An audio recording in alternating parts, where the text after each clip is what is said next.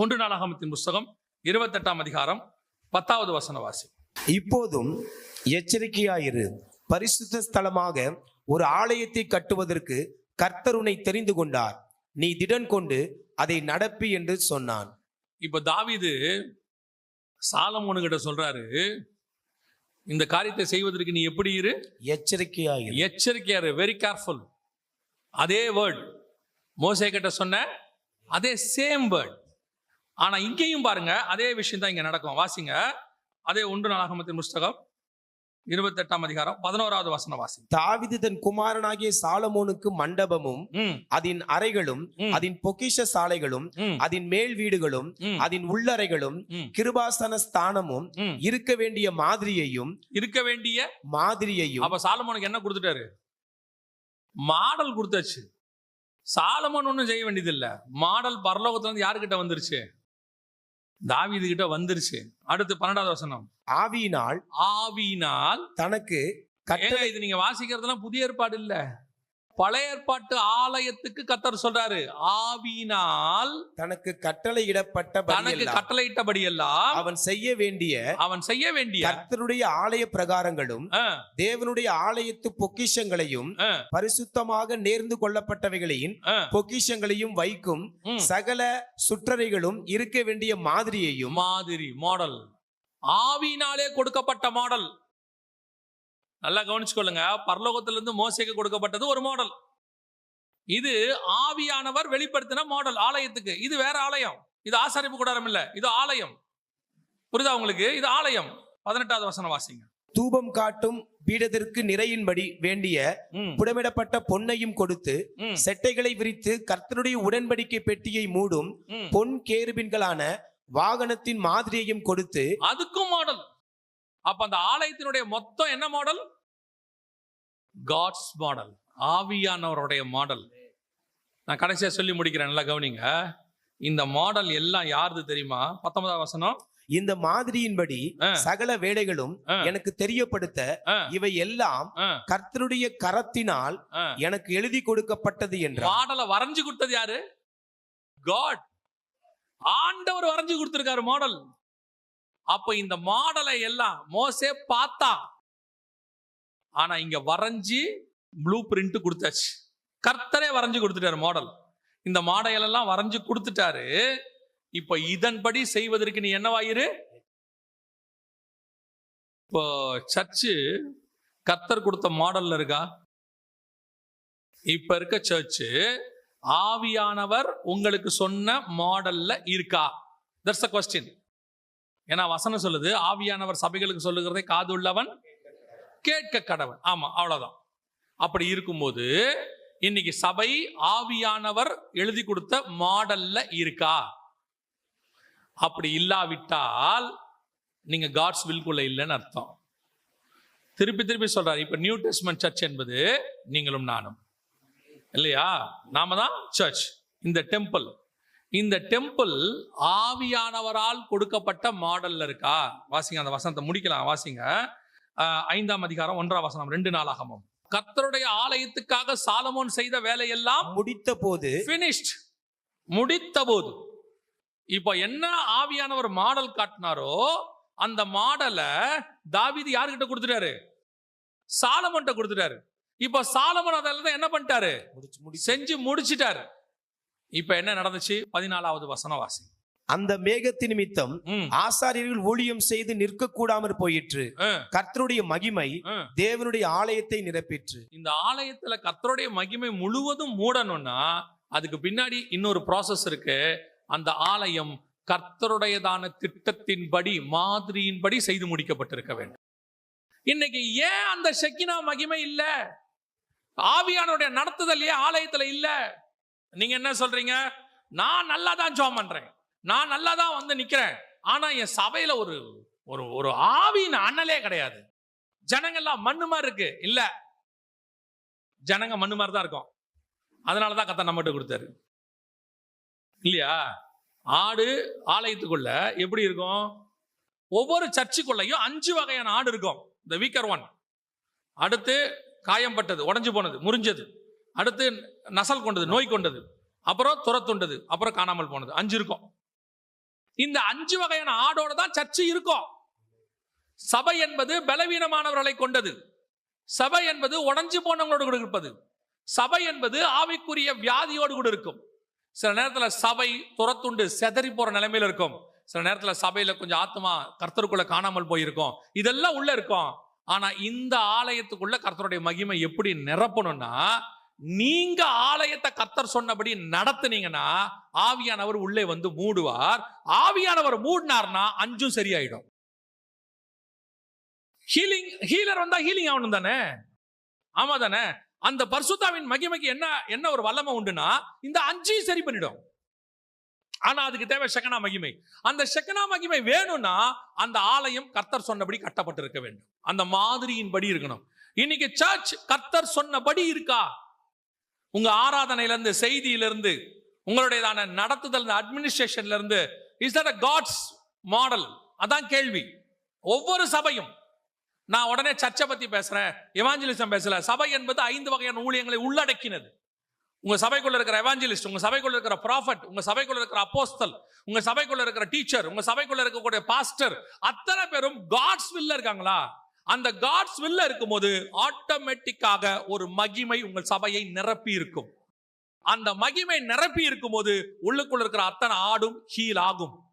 நீங்க தனியா ஹீல் பண்ண வேண்டிய அவசியமே கிடையாது. தானா ஹீல் ஆகும். ஏன்னா ஆவியானவருக்கு அப்படி ஒரு மகிமை, அந்த வல்லமை உண்டு. இயேசு கிறிஸ்துவை பிதாவாகிய தேவன் பரிசுத்த ஆவியிலே நிரப்பி இருந்தார். அவர் நன்மை செய்கிறவராயும் பிசாசினால் அகப்பட்ட யாவரையும் குணமாக்குறவராயும் சுற்றி திரிந்தார். பரிசுத்தாவில நிரம்பினா இது தானா நடக்கும். அப்ப பரிசுத்தாவி சபைக்குள்ள இருந்தா இது தானா நடக்கும். ஆனா உங்க சபை ஆவியில மூடப்பட்டிருக்கா? ஆவியானவர் உங்களை மூடி இருக்கிறாரனா? இன்னைக்கு அதான் கொஸ்டின், அதான் கேள்வி. நீங்க ஒரு 1/2 மணி நேரம் நீர்வீழ்ச்சி நினைஞ்சு பாருங்க. வெளியே வரும்போது ஈரம் இருக்குமா இருக்காதா? இருக்குமா இருக்காதா? அந்த ஈரம் போறதுக்கு ஒரு 1/2 மணி நேரமா அது ஆகுமா ஆகாதா? சில நேரத்துல வீடு வர வரைக்கும் அந்த ஈரம் போகாது இல்லையா? ஆனா ஆவியில் நிறைஞ்சிட்டு வெளியே வர ஒரு அடையாளம் இல்லையே. நீங்க வெளியே நல்ல வெயில்ல போயிட்டு வாங்க, உங்க முகம் கருகி போகுமா இருக்காதா? ஒரு மாதிரி இருக்கும்ல. பார்த்தவனே கேட்கறான்ல, என்ன முகம் ஒரு மாதிரி இருக்கு, வெயில் பயங்கரம் சொல்றீங்க தானே? உண்மைதானே நான் சொல்றது? நல்லா ஒரு 8 மணி நேரம் தூங்கி எந்திரிச்சு அப்படியே வாங்க, என்ன தூங்க மூஞ்சின்னு சொல்றானா இல்லையா? அப்ப நீ ஒரு வேலையை 2 மணி நேரம் செஞ்சினா உன் முகத்துல அது வெளிப்படுமா படாதா? அப்ப ஆவியா நிரம்பினா தெரியணுமா தெரிய வேணாமா? அப்ப சர்ச்சுக்கு 2 மணி நேரம் வந்துட்டு போயிருக்கிற, வாட் இஸ் தி ரிசல்ட்? ஆவியானவர் என்ன ஹீல் பண்ணாரு? ஒரு ஹீலிங்கும் கிடையாது. நீங்களே தான் அப்புறம் சாட்சி கொடுக்குறீங்க 6 மாசம் கழிச்சு, சர்ச்சில் ஒரு ரிசல்ட்டுமே இல்லைங்க. திருப்பியும் சொல்றேன், crowd is not the result, quantity is not the result, quality is the result. இதெல்லாம் அபிஷேகம். அபிஷேகம் என்ன தெரியுமா? ஹீலிங் நடந்திருக்கணும், உள்ள டெலிவரன்ஸ் நடந்திருக்கணும். அவனுக்குள்ள சொல்றேன், நான் சொல்றது வெளியே டெலிவரன்ஸ்லாம் ரெண்டாவது, உள்ள சொல்லியிருக்கேன். ஆவியானவர் உள்ள அவனை மாத்தி இருக்கணும்ல. இப்ப பேதுரு இயேசுவோட இருக்கிறாரு, இருந்த உடனே 3.5 வருஷம் இருக்காரு. இருந்த உடனே அந்த அம்மா கேக்குது, நீயும் அந்த கலிலேயன் கூட இருந்தவன் தானே, உன் பேச்சு காட்டுகிறது இல்லையா? இயேசு கூட 3.5 வருஷம் இருந்தா பேதுரு எப்படி பேசுறாரு? இயேசு மாதிரி பேசுறாரு, கலிலேயன் மாதிரி பேசுறாரு. இப்ப சொல்லுங்க, ஆவியில 30 வருஷமா நிரம்பி இருக்கீங்க, ஆவியின் தரிசனம் உங்ககிட்ட இருக்கா? அந்த சாயல் இருக்கா? உங்க சபையில இருக்கா? இன்னைக்கு ஆவியானவரால் கொடுத்த மாடல் சர்ச்சு இருந்தால் அபிஷேகம் இருக்கும். அபிஷேகம் இருந்தால் உள்ளே மாற்றம் இருக்கும். இன்னைக்கு அதான் இல்லை, இன்னைக்கு அதான் நடக்கல சர்ச்சில். அப்ப கர்த்தர் சொன்ன, கற்பித்த, காண்பித்த, எழுதி கொடுத்த அந்த மாடல் இஸ் வெரி இம்பார்ட்டன்ட். எச்சரிக்கையாயிரு. இப்ப ஆண்டவர் புதிய ஏற்பாட்டு சபைக்கு எழுதி கொடுத்திருக்கிறார், எல்லாத்தையும் எழுதி கொடுத்திருக்காரு. ஈச் அண்ட் எவ்ரிதிங், ஆராதனையிலிருந்து, பாடல்ல இருந்து, செய்தியிலிருந்து, காணிக்கையிலிருந்து எல்லாத்தையும் கர்த்தர் எழுதி கொடுத்திருக்கிறார். இப்படிதான் இருக்கணும். ஒரு சபைக்குள்ள இருக்கிற ஒரு ஆண் மகன் இப்படி இருக்கணும், ஒரு பெண் மகன் இப்படி இருக்கணும், ஒரு கணவன் இப்படி இருக்கணும், ஒரு மனைவி இப்படி இருக்கணும், ஒரு பிள்ளைகள் இப்படி இருக்கணும், ஒரு போதகன் இப்படி இருக்கணும், ஒரு டீச்சர் இப்படி இருக்கணும், எல்லாம் எழுதி கொடுத்திருக்காரு. அவர் சொன்ன அதன்படி எச்சரிக்கையாயிரு. கரெக்டா பர்ஃபெக்டா ஒரு சர்ச் இருக்குமானால் அந்த சர்ச் தான் ரிவைவல், அந்த சர்ச் தான் ஷெக்கினா மகிமை, அந்த சபையில் தான் இருதயத்தில் எழுப்புதல் அவர்கள் இருப்பார்கள், அந்த சபை தான் ஆசீர்வதிக்கப்பட்டோம். அல்லேலூயா. அப்ப இது ஒரு செயின் ப்ராசஸ். எங்கேயோ சரி பண்ணா எங்கேயோ நடக்கும். நீங்க என்ன பண்றீங்கன்னா, சில நேரத்தில் பார்த்தீங்கன்னா சில வியாதிகளுக்கு வந்த உடனே நம்ம டாக்டர்கிட்ட போய் என்ன செய்வோம், அந்த மேலே பூசுறதுக்கு ஒரு ஆயின்மெண்ட் கேட்போம். அவர் வெறும் ஆயின்மெண்ட்டும் கொடுக்க மாட்டாரு, 2 மாத்திரையும் கொடுப்பாரு. ஏன்னா ஆயின்மெண்ட் மேலே போடுறதுக்கு, டேப்லெட்டு உள்ள ஹீல் பண்றதுக்கு. உள்ள ஹீல் ஆகாம வெறும் ஆயின்மெண்ட் போட்டுக்கிட்டே இருந்தீங்கன்னா மேல இருக்கிற கலர் வேணா மாறும், உள்ள இருக்கிறது ஆறாது. நான் சொல்றது உங்களுக்கு புரியுதா? அப்போ உள்ளேயும் ஹீல் ஆகணும். சில நேரத்தில் உள்ள ஹீல் ஆனா தானா இதுவும் மாறும். நீங்க சில உடம்புல கீரெல்லாம் வந்துருச்சுன்னா நீங்க மேல ஆயின்மெண்ட் போடுவீங்க தெரியுமா? போட்ட உடனே மேல காஞ்சிடும். காஞ்சிருச்சா? நீங்க காஞ்சிருச்சுன்னு மேல பிச்சா என்ன ஆகும்? திருப்பி புண்ணாயிடும். ஏன்னா உள்ள எப்படி இருக்கும், இன்னும் ஆறல. ஆனா அது ஆறுச்சுங்கிறத நீங்க எப்படி கண்டுபிடிப்பீங்கன்னா, எனக்கு தெரியும், எனக்கு நடக்கிறத சொல்றேன். ஆறுச்சுன்னு எப்படி கண்டுபிடிப்பீங்கன்னா, உங்க கை கொஞ்சம் ஊறல் எடுக்கும், அப்படியே ஒரு மாதிரி ஊறும், கொஞ்சம் கொஞ்சமா பார்த்தா தானா பிரிஞ்சு வரும். அப்போ மேல காஞ்சதுனால மட்டும் உள்ள ஹீல் ஆயிடுச்சுன்னு அர்த்தம் அல்ல, உள்ளயும் ஹீல் ஆனா மேல தானா ரிசல்ட் தெரியும். அதேதான் சபையும் கூட. சபை உள்ள ஹீல் ஆச்சுன்னா வெளியே ரிசல்ட் தெரியும். அந்த ரிசல்ட் தெரிஞ்சிச்சுன்னா கர்த்தர் சபையை ஆசீர்வதிப்பார். அல்லேலூயா.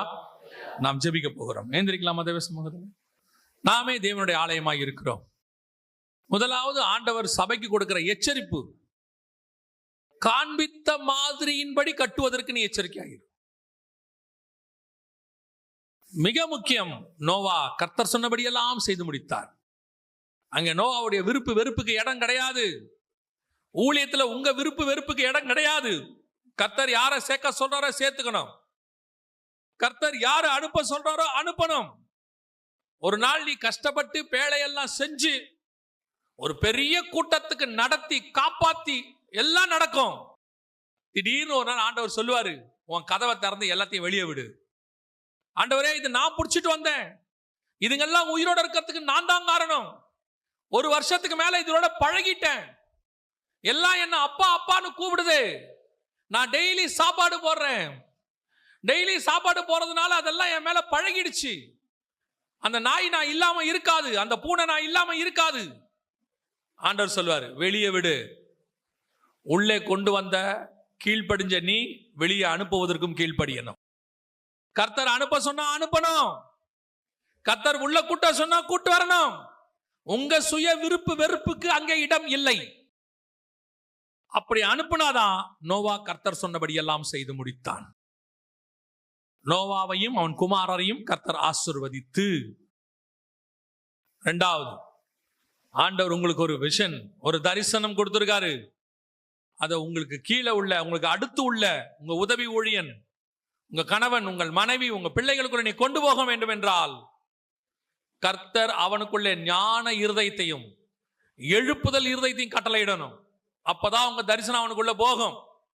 கர்த்தர் யாருக்குள்ள கொண்டு போக சொல்றாரு நீங்க கொண்டு போகணும். அது ஆரோனின் பையனா இருக்கணும்னு அவசியம் இல்ல. ஆசாரிப்பு கூட தானே, அப்ப ஆரோனின் பையனா இருந்தா நல்லா இருக்குமே? இல்ல இல்ல, அவன் டேலண்டட், அவன் தான் ஆசாரியன். இல்ல, அவனை உள்ள கொண்டாடாத. நான் சொல்ற பெசலையில உள்ள கொண்டு வா. நான் அனுப்புறவன உள்ளவை. அவன் தான் அந்த இருதயம் உள்ளவன். அவனுக்கு தான் அந்த இருதயத்தை நான் கொடுத்திருக்கிறேன். அவனுக்குள்ளதான் ஒரு ரிவைவல் இருக்கு. அவனை நீ பார், அவன் என்ன பண்றான் பார், அவனுக்கு சொல்லு, அவனை உருவாக்கு. ஒரு நாள் வரும், நான் உனக்கு சொன்னதை அவன் மூலமாய் நான் நிறைவேற்றுவேன். கடைசியாக உங்க சபை ஆவியானவரால் திட்டம் பண்ணப்பட்டிருக்கிறது. அதை நீங்க எல்லாம் செஞ்சு முடிச்சீங்கன்னா தான் உங்க சபையில மகிமை மூடும். சாலமோன் தனக்கு கற்பித்தபடி எல்லாம் செய்து முடித்தான். உங்க ஞானம் எவ்வளவு வேணாலும் இருக்கட்டும், ஆவியானவர் என்ன சொல்றாரோ அதான் செய்யணும். நான் யார் தெரியுமா? என்ன மாதிரி ஞானவான் அதுக்கு முன்னாடியும் இல்லை பின்னாடியும் இல்லைன்னா ஆண்டவர் சொல்வாரு, சாலமோனிலும் பெரியவர் ஒருவர் இங்கே இருக்கிறார், உன்னை விட பெரியவர் ஒருத்தவர் இங்கே இருக்கிறார். அவர் சொல்லுகிறபடி உங்கள் ஊழியம் நடக்கணும். அப்பதான் அந்த ஊழியத்தில் ஒரு மகிமை தங்கி இருக்கும். ஒப்பு கொடுப்போமா? இந்த வார்த்தையின்படி என்னை ஆசீர்வதியும் ஆண்டவரே, இந்த வார்த்தையின்படி என் ஊழியம் ஆசீர்வதிக்கப்படுவதாக. இதன் அடிப்படையில் என் சபை ஆசீர்வதிக்கப்படுவதாக. அப்படி ஞான இருதயம், எழுப்புதல் இருதயம் உள்ளதான பெசலையல்களை எனக்கு தருவீராக. ஆண்டவரே, அப்படிப்பட்ட உதவி ஊழியர்களை எனக்கு தருவீராக. என் தரிசனத்தை சுமந்து போகிற குடும்பத்தை கர்த்தர் எனக்கு தருவீராக. என் தரிசனத்தை புரிந்து கொள்ளுகிற உடன் வேலையாட்களை எனக்கு கர்த்தர் கட்டளை இடுவீராக. நான் போராட முடியாது ஆண்டவரே, ஆனா என்னால அவங்களோட ஒருமனப்பட்டு ஓட முடியும். அந்த இருதயத்தை மாற்றி கொடுங்கப்பா. ஒப்பு கொடுப்போமா தேவ சமூகத்துல? கர்த்தர் உங்களோடு கூட இடைப்பட்டிருந்தால் மட்டும் உங்கள் கரங்களை ஆண்டவருக்கு நேராக உயர்த்தி கண்களை மூடி, ஆண்டவரே, இந்த வார்த்தையின்படி, இதன் அடிப்படையில் என்னை ஆசீர்வதியும். நான் இதன்படி ஒரு ஊழியக்காரனாக, உங்களுடைய தரிசனத்தை சுமக்கிறவனாக, எனக்குள் கொடுக்கப்பட்டதான அந்த எழுப்புதல் இருதயத்தை எழும்பத்தக்கதாக என்னை ஆசீர்வதிங்கப்பா. ஒப்பு கொடுப்போமா? கரங்களை ஆண்டவருக்கு நேராக உயர்த்தி நான் ஜெபிக்க போகிறோம். சர்வ வல்லமை உள்ள எங்கள் தகப்பனே, நாளுக்காக உமக்கு நன்றி. கர்த்தருடையதான வார்த்தை எங்களுக்குள்ளே கடந்து வருவதாக. ஆவியானவர் எங்களோடு கூட இடைபடுவீராக. வருகிற நாட்களில் இங்க இருக்கிற ஒவ்வொருத்தருடைய ஊழியத்துக்குள்ளேயும் இந்த வார்த்தைகள் கிரியை செய்வதாக. நீர் சொன்னபடி எல்லாம் அவர்கள் செய்து முடிக்கட்டும் ஆண்டவர். நீர் சொன்னபடி எல்லாம் செய்து முடிக்கட்டும். கர்த்தருடைய மகிமை அவர்களை மூடுவதாக. ஆண்டவரே, விசேஷமாய் ஞான இருதயம் உள்ளவர்களை கர்த்தர் கட்டளையிடுவீராக. ஆண்டவரே, அது எழுப்புதல் இருதயம் உள்ளவர்களை கர்த்தர் கட்டளையிடுவீராக. கடைசியாக ஆவியானவருடைய திட்டத்தின்படி செய்ய ஷெக்கினா மகிமை மூட கர்த்தர் கிருபை தருவீராக. வல்லமையுள்ள கரத்தில் எங்களை தாழ்த்துகிறோம் எங்கள் ஆண்டவர் இயேசு கிறிஸ்துவின் நாமத்தில் பிதாவே.